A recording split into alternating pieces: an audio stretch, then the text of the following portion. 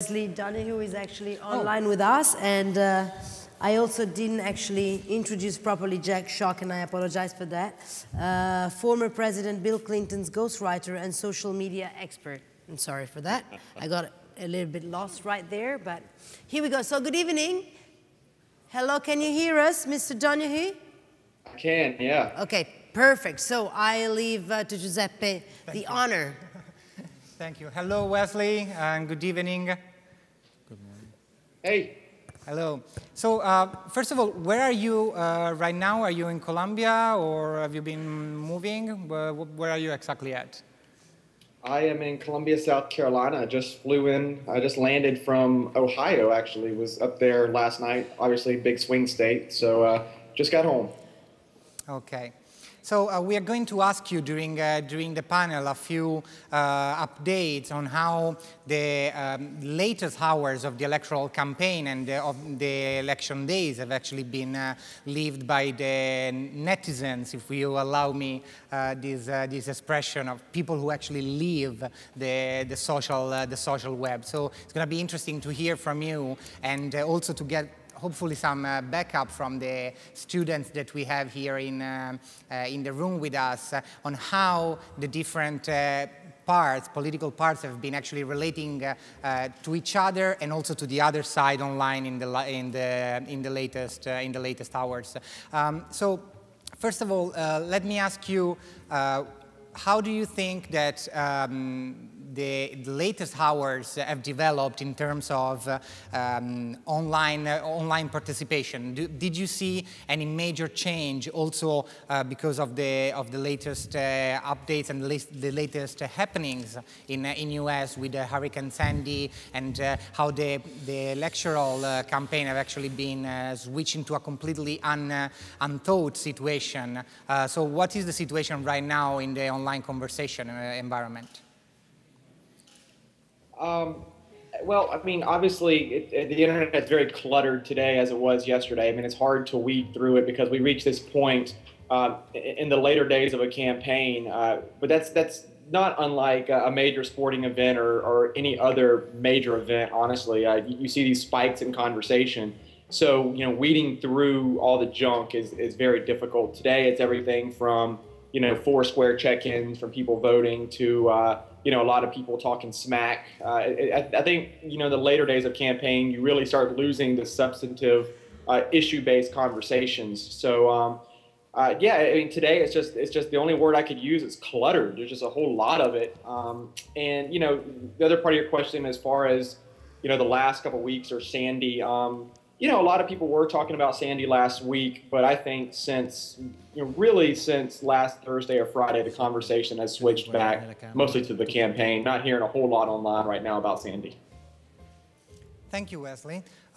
So I will actually involve also Mr. Jack Schock into the conversation.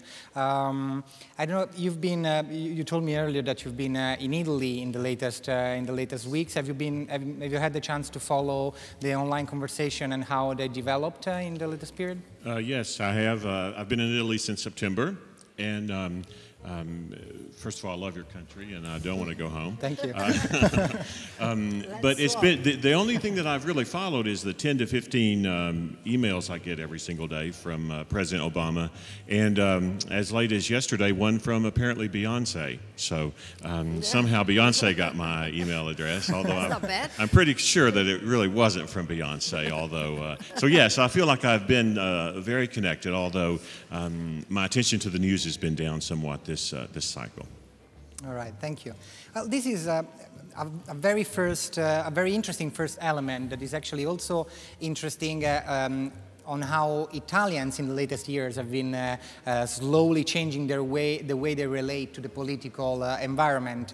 The fact that the political communication is becoming more and more personal, in the sense that also through social media, we obviously relate to a name, a face, somebody who has a Twitter account, a Facebook account, and we all try to engage directly to these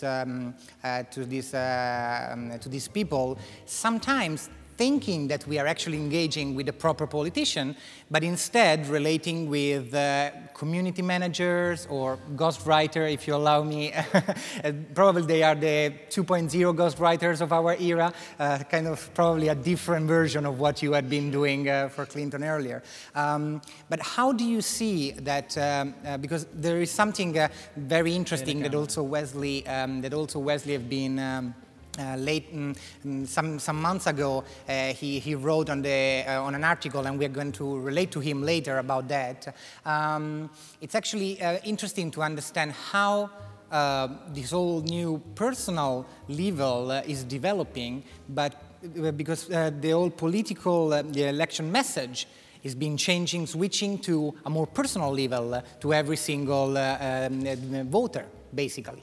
So how did that actually change the way politicians actually do politics? Because they expect people to relate to them in a much more personal way.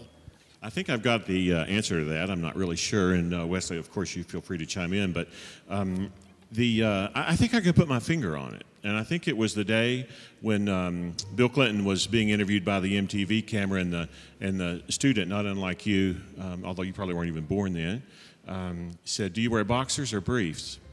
And instead of looking sweetly at the student and saying, "You know, I don't really talk about those kinds of things," he said, "I wear boxers." Mm-hmm. And that was the point at which I began to answer roughly 2,000 letters a week based on thank you notes to gifts that people would send him that were largely boxer shorts of all crazy things. And I think that might have been the point at which the president wasn't just photographed like perhaps President Reagan on his famous ranch. In a real human situation, cutting trees and riding the horse and all those kinds of things. But this was the point at which the president, the man who would become the president, was talking about a really, really personal thing, and I think that opened it up because, my goodness, I wish I had time to tell you all the letters that I wrote thanking for all the crazy things that people sent to the president. And now you've got the president talking to you in your pocket. Probably since we've been here tonight, or the candidates are talking to you in your pocket. So I've seen just in my short career, 17 years now, that swoop from keeping the president on a pedestal where he stands in front of a room and speaks to talking about intimate things, and then now he's in your pocket. That is actually very interesting because to me, the first question that actually raises, and it directly relates to what Wesley DONEHUE does, because I know Wesley, you do not like this kind of expression, but can I call you spin doctor? Is that exactly what you do? That's fine. Okay, fair enough. Thank you. So my question, first question would be for you. Do you actually personally find yourself into to teach to your candidates maybe how to relate to social media, or maybe even teaching the community managers that are going to be doing that for them, or maybe yourself actually managing social accounts? And how do you relate to the public? Do you actually impersonate your candidate, kind of giving the idea that you are him or her?